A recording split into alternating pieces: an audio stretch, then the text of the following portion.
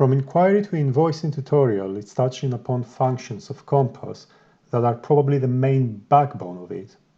This is the tutorial where we will be talking about creating the basic elements of an information necessary for successfully running Kompass. From creating an organization and its contacts to setting up quotes along with the quote items, all the way to acceptance, the creation of tasks, the recording of hours and project status, to finally invoicing the works. I know that they all sound and look too complicated right now, but I would like to ensure you that the process is rather intuitive, which means that if we will run this tutorial together, you'd feel quite confident by the end of it.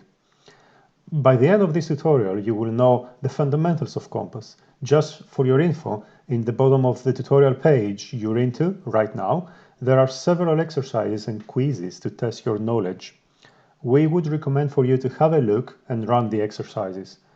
Kompass BMS teams will then be able to review your answers and comment on them.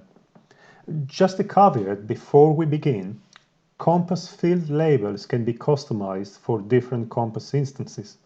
It is likely that some fields are called something different in your version of Kompass. If unsure, please let us know or speak with the Kompass implementation champion of your organization. Now, with no further ado, let's proceed with our tutorial.